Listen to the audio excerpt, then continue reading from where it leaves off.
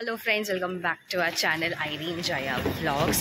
तो आज के হচ্ছে সানডে 30 মার্চ আর আজকে সিকান্দার রিলিজ হয়েছে আর আমি আর মা যাচ্ছি যেহেতু আমরা সলমান খান ফ্যান। আজকে আমরা সিকান্দার দেখতে, আজকে হচ্ছে সিকান্দার ডে 30 মার্চ আর কালকে ঈদ, কিন্তু আমাদের ছুটি নেই আনফর্চুনেটলি। ঠিক আছে, কোনো ব্যাপার না। অ্যাডভান্সে ঈদ মুবারক। হ্যাঁ, সবাইকে যারা ঈদ সেলিব্রেট করছে বা যারা রোজা রেখেছে তাদেরকে অ্যাডভান্সে ঈদ মুবারক, চাঁদ মুবারক। তো আমরা যাই, তারপর আপনাদেরকে দেখাচ্ছি, যদি একটু ভিডিও করি সেটা একটু দেখাবো, তারপর আপনাদেরকে বলবো যে আমাদের কেমন লাগলো সিনেমাটা। ঠিক আছে, এটা হচ্ছে সলমানের এন্ট্রি সিন, যেটার জন্য আমরা এতদিন ধরে অপেক্ষা করছিলাম সলমানকে বিগ স্ক্রিনে দেখা। আর এই টাইমে হলে যেই লেভেলের সিটি হাততালি পড়ে, আপনারা তো জানেনই যে সলমানের ক্রেজ কেমন, আর ওকে দেখে সবাই কীরকম চেল্লায়। আর আমি আরও স্পেসিফিক্যালি গেছিলাম সিলভার স্ক্রিনে দেখবো, ওটা মজা নেব বলে। কালকে তো দেখলাম আমরা সিকান্দার। একদম আমি অনেস্ট রিভিউ দেব, যেটা ভালো তো ভালোই বলবো, যেটা খারাপ তো খারাপই বলবো, তাই না মা? মাকে আমি ফ্রেমে আনছি না, কারণ মা একটু সামনে কাজ করছে। তো মা ব্যাকগ্রাউন্ড থেকে আপনারা মায়ের আওয়াজ শুনতেই পাবেন, ঠিক আছে? তো মা কি বলে স্টার্ট করি, কি থেকে স্টার্ট করব? সিনেমাটা কেমন লাগলো? ফার্স্টে আমি রেটিং দিয়ে দিই, ঠিক আছে? আমি out of 5, being a die hard Salman Khan fan, আমি 5 আউট অফ 5 আমি 2.5 স্টার্স দেবো, মানে 5-এ 2.5 দেবো। তুমি কত দেবে? আমি 3 দেব। আমার মা দিচ্ছে 5-এ 3। আমি যে ট্রেলার দেখে যে আশা করে গেছিলাম, আমি একটু হলেও হতাশ আমি হয়েছি। মানে আর মুরগাদোস যে গজনীর মতো মুভি বানিয়েছে, সে এরকম মুভি বানালো, মানে হ্যাঁ অ্যাকশন আছে, ফ্যামিলি ড্রামা আছে, কমেডি ওই হালকা ফুলকা আছে, সেরকম কমেডি নেই, বাট ঠিক আছে। মানে গজনীতে যেরকম আসিন যেমনি কমেডি করেছিল ওরকম নেই, বাট ঠিক আছে কোনো রকম ভাবে, মানে কি বলবো, সালমান খানের মুভি যেই লেভেলের হয় সেই লেভেলের কিন্তু সিকান্দার কিন্তু হয়নি। ফার্স্ট হাফ স্লো লেগেছে, সেকেন্ড হাফ থেকে আস্তে আস্তে একটু মানে স্লো থেকে একটু স্পিডটা বাড়ে। আমি বলবো রশ্মিকা মান্দানা অ্যাক্টিং ভালো করেছে, সালমানও অ্যাক্টিং ভালো করেছে, বাট যাকে ওই ভিলেন হিসেবে যাকে রেখেছিল আরও একটু টক্করওয়ালা কাউকে দিতে পারতো, তাই না? ওনাকে আমার ঠিক অ্যাজ আ ভিলেনের রোল, মানে ওরকম পাওয়ারফুল কিছু আমার ওনাকে লাগেনি। আরও বেটার কাস্টিং করতে পারতো ভিলেনের দিক থেকে। আর একটা জিনিস, এটা বলতে, এটা না সাউথের মতন হয়ে গেল সিনেমা। আর সরি, সেই সালমান খানের ইচ্ছে নেই, জোর করে যে করানো হচ্ছে ওই অ্যাক্টিংটা, সেটা ওর দেখে বোঝা যাচ্ছে। হ্যাঁ, বলছে জোর করে করছে, ইচ্ছে নেই। আরে ভাই তুই তো আর এটাও আমি শুনেছি যে ইভেন যখন আর মুরগাদোস ওর কাছে যখন অ্যাপ্রোচ করে, ওর সাথে যখন দেখা করে, ও স্ক্রিপ্ট পুরো পড়েই নি, জাস্ট ফার্স্ট 10 মিনিটস পরে স্ক্রিপ্ট দিয়ে দেয় আর রাজি হয়ে যায় যে হ্যাঁ আমি করব। আরে ভাই পুরো স্ক্রিপ্টটা পড়, কি চেঞ্জ আনতে হবে, তোরও কিছু ইনপুট দে, সেইটা বল। আমরা সালমান ফ্যানরা 1.5 বছর ধরে অপেক্ষা করছিলাম টাইগার 3 এর পরে শেষে সিকান্দার, যে না সাল্লু আসছে, সাল্লুর মুভি ধামাকেদার হবে, বাট সাল্লু ফ্যান্সদেরকে ডিসঅ্যাপয়েন্ট করছে। তোমার যদি ইচ্ছে না থাকে তুমি করো না সিনেমা, বাট এরকম ভাই ফ্যান্স ডিসঅ্যাপয়েন্ট করো না, লোকেদেরকে মানে পিন পয়েন্ট মানে পয়েন্টও দিও না যাতে তোমার ব্যাপারে যাতে কেউ উল্টো পাল্টা কিছু বলতে পারে। কাম অন, মানে তুমি এত বড় একটা স্টার, এত বড় তোমার স্টারডম, তুমি সেই লেভেলের অ্যাক্টর, তুমি কি সিকান্দার টাইপের মুভি করছো? কিসি কা ভাই কিসি কা জানটা ওরকম ছিল, এটা এরকম।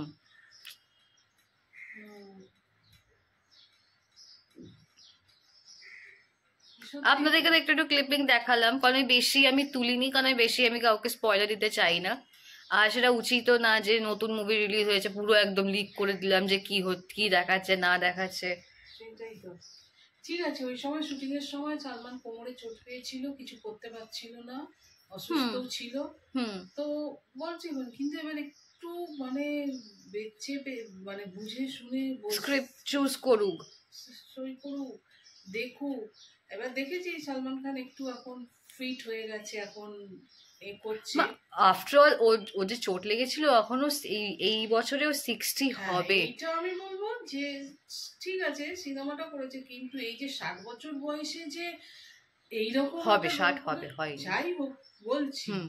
আর কতদিনই বা বাকি 60 বছর হতে, এই বয়সে যে ওই রকম ভাবে নাচ করা এ করা, এইটাকে আমি বলবো যে সত্যি এরকম আমাদের মতো মানুষ হলে, আমরা সাধারণ মানুষ হলে আমরা বাড়িতে ঘরে শুয়ে থাকতাম।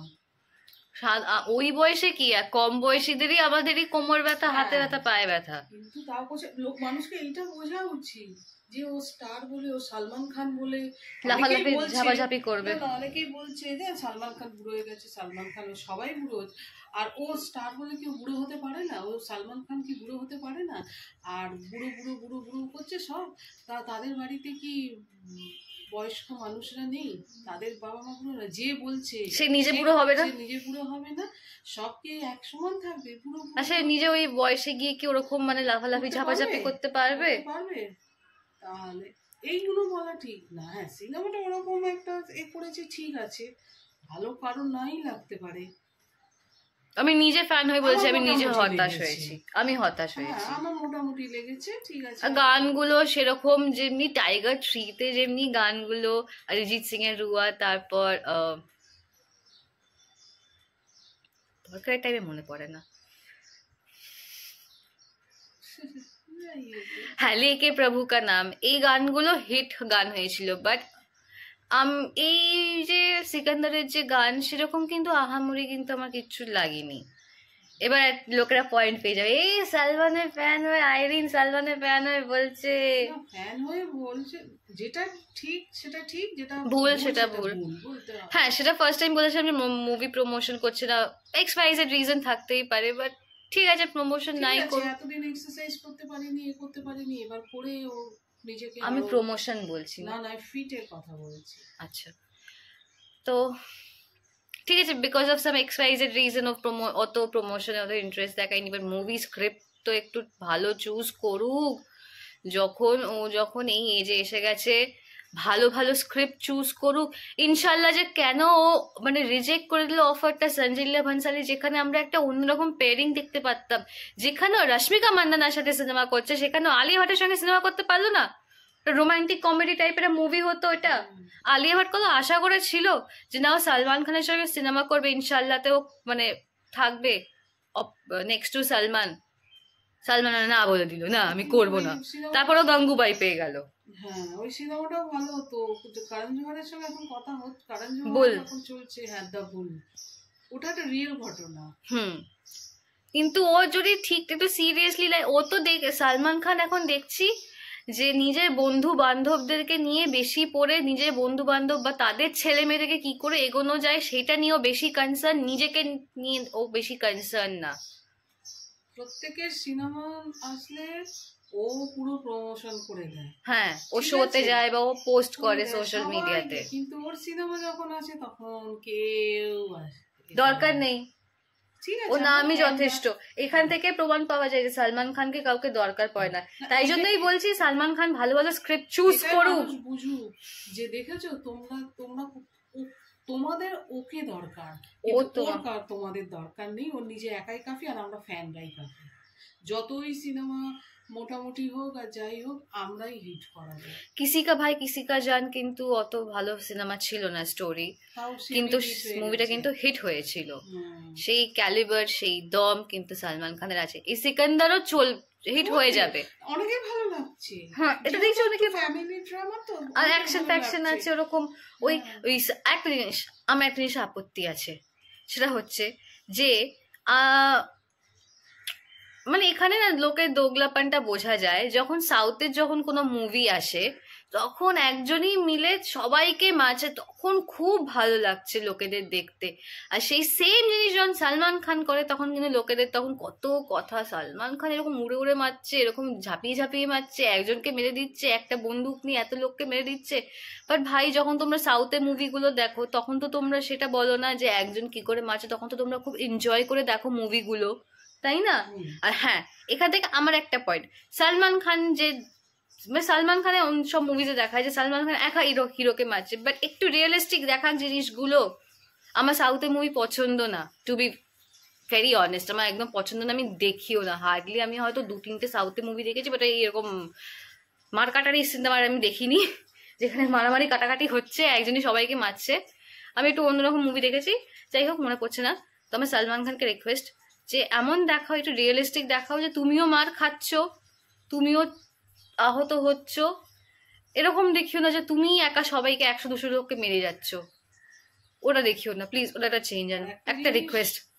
আরেকটা জিনিস দেখলাম যে সালমান খানের প্রথম দিনের সিনেমাতে শুধু ছেলেদেরই ভিড় হয়, মেয়েদের খুব কম দেখা যায়। কালকে উল্টো দেখলাম, কালকে মেয়েদের ভিড় বেশি ছিল, বেশি মহিলা মেয়েদের ভিড় বেশি দেখলাম। কিন্তু সিনেমাটা হিট হবে, কিন্তু অনেকে মানে যারা মাঝবয়সী আছে, যারা একটু বয়স্ক, যারা একটু মেয়েদের এই সিনেমাটা ভালো লাগছে, যেহেতু একটু ফ্যামিলি ঘেঁষা আছে তো। আর রশ্মিকা মান্দানাকে দেখেছে ওয়াইফ হিসেবে, রেখেছে না দেখিয়েছে, আরে দেখেছে, ওই যাই হোক দেখিয়েছে, তো অনেকের কিন্তু ভালো লাগছে। হ্যাঁ, অনেকের ভালো লাগছে।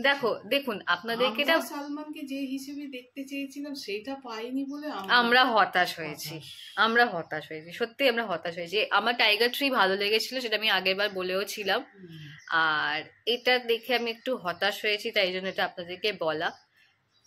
আর আমি মনে করি আমি সালমান ফ্যান বলে আমি ভালো হয়নি তাও আমি জোর করে বলবো যে না ওটা ভালো হয়নি, ওরকম আমি ফ্যান না। হ্যাঁ, আমি লোকের সঙ্গে ঝগড়া করতে পারি, করতে পারি, ওর জন্য পারলে আমি লোককে মেরে হতে পারে কুনি দিয়ে, আমার সরু কুনি দিয়ে কেউ কিছু বললে, বাট না, ইটস হাই টাইম যে সালমান একটু ভালো ভালো স্ক্রিপ্ট চুজ করুক। আর আমরা ফ্যানরা আশা করে আছি আমাদেরকে একটু মানে হতাশ না করে, আমরা এতে খুশি হই ওর জন্য। আর আমরা তো মানে খুশি, মানে আমরা তো চাই যাতে ও ভালো করুক, তাই জন্যই আমরা এইসবগুলো বলছি, ওর ভালোর জন্যই, অবভিয়াসলি আমরা ভালোর জন্যই বলছি। যাই করুক, ওভারঅল যাই বলি, যাই সিনেমা করুক না, we love Salman Khan. He is the bap of Bollywood. ওর আগে কেউ আসতে পারবে না, কেউ নেই। আর আমি এটা লাস্ট আর একটা কথা বলেছি, আমি মাঝে মধ্যেই বলি যে এই তিনটে বলে নি যে সবাইকেই একদিন বুড়ো হতে হবে, এমনি বুড়ো বুড়ো বলো না, আমরা সবাই একদিন ওই বুড়ো বুড়ি সবই হব আমরা, ওর বয়সে আমরাও একদিন আসবো, তো প্লিজ এটা বুড়ো বুড়ো বলো না। হ্যাঁ, আর এটাই বলবো যে এই তিনটে খানি হচ্ছে the last of the stars. হয়তো বরুণ ধাবন ঠিকঠাক আছে, আমার বরুণ ধাবনকে ভালো লাগে। রণবীর সিং হয়তো একটু টুকটাক একটু ফেমাস হতে পারে, বাট এই লেভেলে কেউ পৌঁছাতে পারবে না। তো তাই জন্য আমার রিকোয়েস্ট যে একটু ভালো ভালো স্ক্রিপ্ট করো, আর নেক্সট যে মুভি আসছে সেটা যাতে আমি ভালো রিভিউ দিতে পারি, তাই তো? তো চলুন ব্লগটাকে এখানেই এন্ড করছি, আর সবাইকে ঈদ মুবারক, চাঁদ মুবারক। কালকে সবাই ঈদ চাঁদ দেখে নিয়েছে, ভালো ভালো খাবার খাবেন, বিরিয়ানি খাবেন। আমার কোনো ফ্রেন্ড নেই যে আমাকে ঈদে ডাকবে, ঈদি ফিদি পেতাম তাহলে, সেই তো শির কোরমা খেতাম, বিরিয়ানি খেতাম, হালিম খেতাম। ঠিক আছে, কোনো ব্যাপার না, আপনারা এনজয় করুন, আজকে ঈদ, আজকে ছুটির দিন, ভালো ভালো খান। আবার দেখা হবে খুব শিগগিরই নতুন ব্লগ নিয়ে। Till then bye, and I love you Salman Khan. Just হ্যাঁ, একটু আমি হতাশ হয়েছি বলে এগুলো সব বলছি, but Airin Roy and Jaya Roy loves you a lot.